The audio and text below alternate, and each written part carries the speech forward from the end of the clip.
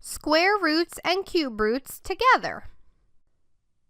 When solving equations, the solution sometimes requires finding a square or cube root of both sides of the equation.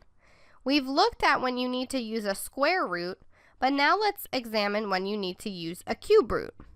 You need to use a cube root when the equation simplifies down to x cubed equals a number, because you must find the cube root of both sides in order to find the value of x, in order to get that variable isolated or completely alone on that left side of the equal sign. So let's take a look at some examples.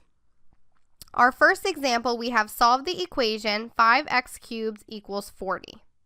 Now, right away, we're solving for x, so we want to get that variable alone, completely isolated on the left side of the equal sign. Well, right now it's not alone. It's being cubed and multiplied by 5. So right away, it's good to note we cannot automatically take the cube root here because x cubed is not isolated. Remember, in order to take the cube root, we have to see just x cubed equals a number. And right now, it's not just x cubed. It's x cubed multiplied by 5. So the first thing we need to do is divide by 5. We need to divide each side by that coefficient in order to get x cubed isolated by itself. When we divide by both sides on the left, that achieves our goal of getting x cubed by itself. And now 40 divided by 5 is 8. So we get x cubed equals 8. So now we can take the cube root of each side, giving us that our answer is x equals 2. Here's a second example. We have x cubed divided by 9 equals 3. So again, right away when we're asked to solve, we're trying to isolate or get that variable x by itself. And it's not, it's being cubed, but it's also being divided by 9. So before we can take the cube root, we have to undo that dividing by 9 by multiplying by 9.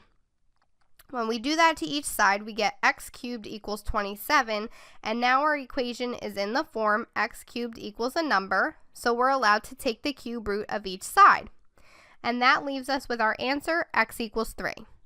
So when solving equations, we may have to use the cube root, but again, it's really important to get our equation with x cubed isolated or alone equaling a number before we can use that cube root.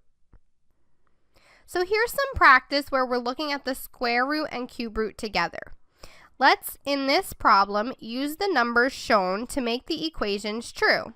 And each number can only be used once. So we can click and drag these numbers so that A is talking about the square root of something equals something, and then B is talking about the cube root of something equals something. And again, we want the equation to be true.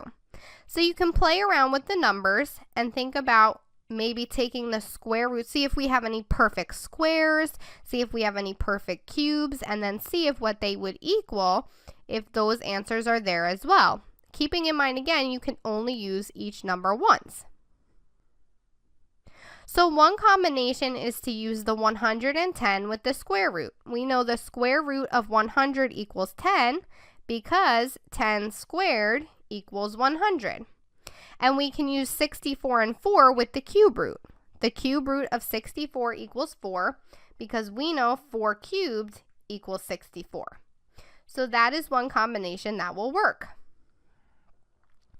Another combination is using the number 64 and 8 with the square root. We would have the square root of 64 is 8 because 8 squared equals 64. And we can use the 1010 with the cube root. We can have the cube root of 1000 equals 10 because 10 cubed equals 1000.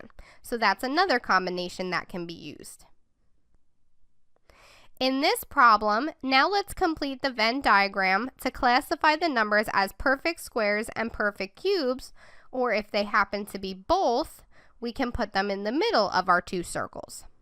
So what we need to do is we need to identify if these whole numbers are perfect squares or perfect cubes. I think a good idea is to go through each number and first see if it's a perfect square. See if some number squared equals that number. Then we can go through each number and see which ones are perfect cubes. See if some number cubed equals that number. And then it can go in this circle. And then we can look at the numbers and we can see, well, which one could we answer yes for both?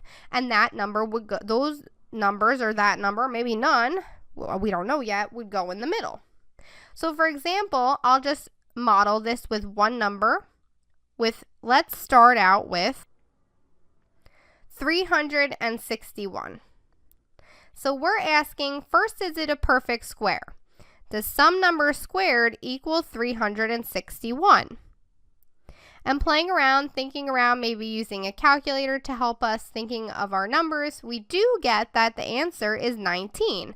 19 squared equals 361, so 19 is a perfect square. Now go through and see, is something cubed equal to 361? Is some number multiplied by itself 3 times equal to 361? And you should say and find no, there isn't one number. So that means that 361 is a perfect square but not a perfect cube. So we'll do this for each of our numbers. You do that with 96, 256, 200, 1, 125, 333, and 64. Just ask, first, is it a perfect square? And then if it's a perfect cubed. And we can go down and classify each of our numbers. So we already knew 361 was a perfect square. That's because that would be 19 squared. We also have that 256 is a perfect square because that's 16 squared. And those are only perfect squares. They're not perfect cubes. There's no number to the third power that would equal 256 or 361. Then we found out that 125 is a perfect cube because that is 5 cubed. 5 to the third, 5 times 5 times 5 is equal to 125, but it's not a perfect square because no number squared, no number to the second is 125. We found out 96, 200, and 333 are neither perfect squares or perfect cubes. They do not have any number to the second or third that has that as a product. But then we have 1, which is 1 squared and also 1 to the third, or 1 cubed. So 1 is a perfect square and a perfect cubed. And then 64 is a perfect square because 64 is 8 squared. But 64 is a perfect cube because it's 4 cubed. So you can see different numbers can be different things. They can be perfect squares or perfect cubes, or they could be both, or they could be neither.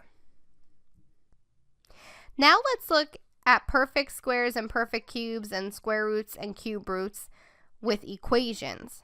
So here we have 4 different equations and we're asked to solve, which means in all 4 equations we're trying to isolate x. So we have x squared divided by 4 equals 25. 6 times x squared equals 384. X squared divided by 27 equals 3. And 12x squared equals 588. In all 4 of these equations, there is in common that x is being squared. We have x squared, x squared, x squared, x squared. So we're going to have to use the square root inverse operation to undo that squaring. Now, all 4 of these equations also have in common that they're not just x squared equals a number. They have some other operation or some other number with it, so we're not quite at that step yet. We have to undo something first. In the first equation, we have to multiply both sides by 4 and get that x squared equals 100. Then we can take the square root of both sides. In the second equation, we have to divide both sides by 6 first to get that x squared equals 64 first before we can take the square root of both sides. In the third equation, we have to multiply both sides by 27 first before we can take the square root so that we get that x squared equals 81. And then that last equation, because then we can take the square root. And in the last equation, we have to divide both sides by 12 first and get that x squared equals 49 before we can take the square root, before we can get our answers. So then we're taking that square root, that principal square root, or actually we would have both signs because we don't have enough information about the problem to know if it's the principal square root or the negative square root. So we're going to take both in this case and get that x equals plus or minus 10. That was from the square root of 100. X equals plus or minus 8. That was from the square root of 64. X equals plus or minus 9. That was from the square root of 81. And x equals plus or minus 7 from the square root of 49. So all four of these equations, in order to solve, you had to first isolate x squared and then take the square root. Now let's take a look at these four equations. And they're extremely similar to the ones we just were solving, except now these four equations are dealing with x cubed. We have x cubed divided by 2 equals 8. 11x cubed equals 11. X cubed divided by 8 equals 8. Or 6x cubed equals 750. So we're going to have to use the cube root inverse operation to solve these four equations. But before we can do that, our equation has to be in the form of x cubed equals a number, and all four of these have something with the x cubed, so we can't do that right away. For example, the first equation, we have to multiply both sides by 2 first to get x cubed equals 8, and then we can take the cube root of both sides. We have to divide both sides by 11 in the second equation to get x cubed equals 1, to then take the cube root of both sides. We have to multiply in the third equation both sides by 8 to get that x cubed equals 64 in order to then take the cube root of both sides. And then we have to divide both sides of that fourth equation by 6 to get that x cubed equals 125, and then we can take that cube root. Again, we had to undo that first operation, or whatever was with x cubed. We had to do that inverse operation first, and then we took the cube root to get our answer. The cube root of 8 gives us that x equals 2. The cube root of 1 gives us that x equals 1. The cube root of 64 gives us that x equals 4. And the cube root of 125 gives us that x equals 5.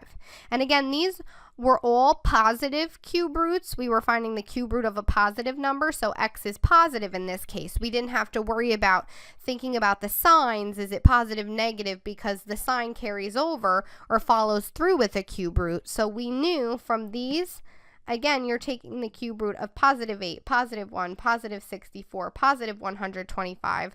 So our four solutions were also positive as well. So just a little difference between square roots and cube roots that you do have to follow and look out for when solving equations.